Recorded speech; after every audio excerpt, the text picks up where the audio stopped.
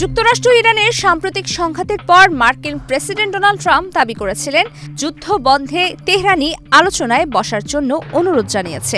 তবে ইরান সেই দাবিকে সম্পূর্ণ ভিত্তিহীন বলে উড়িয়ে দিয়েছে। তেহরানের স্পষ্ট বক্তব্য, তারা কখনোই ওয়াশিংটনের কাছে নতুন করে আলোচনায় বসার অনুরোধ করেনি। বসুন্ধরা ডায়াপেন্ট এখন আরও উন্নত।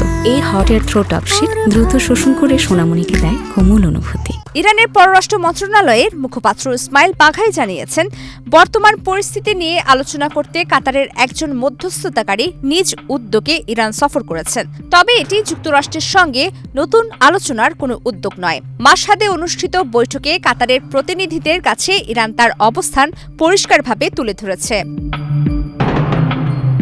এদিকে যুদ্ধবিরতি ও সমঝোতা স্মারক স্বাক্ষরের মাত্র ২২ দিনের মধ্যে যুক্তরাষ্ট্রের বিরুদ্ধে একাধিক শর্ত ভঙ্গের অভিযোগ তুলেছে তেহরান।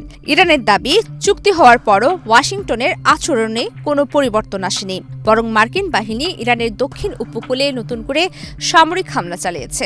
পাশাপাশি মার্কিন ট্রেজারি ইরানের তেল রপ্তানির লাইসেন্স বাতিল করেছে এবং নতুন নিষেধাজ্ঞা আরোপ করেছে, যা চুক্তির সরাসরি লঙ্ঘন বলে দাবি করেছে তেহরান।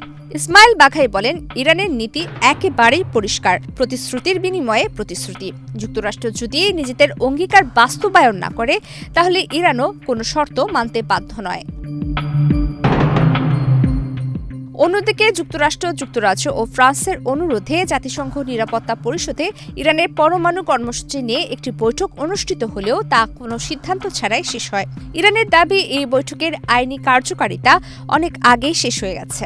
বৈঠকে চীন ও রাশিয়া প্রকাশ্যে ইরানের পক্ষে অবস্থান নিয়ে এই আলোচনা ও পশ্চিমা দেশগুলোর উদ্যোগের বিরোধিতা করে।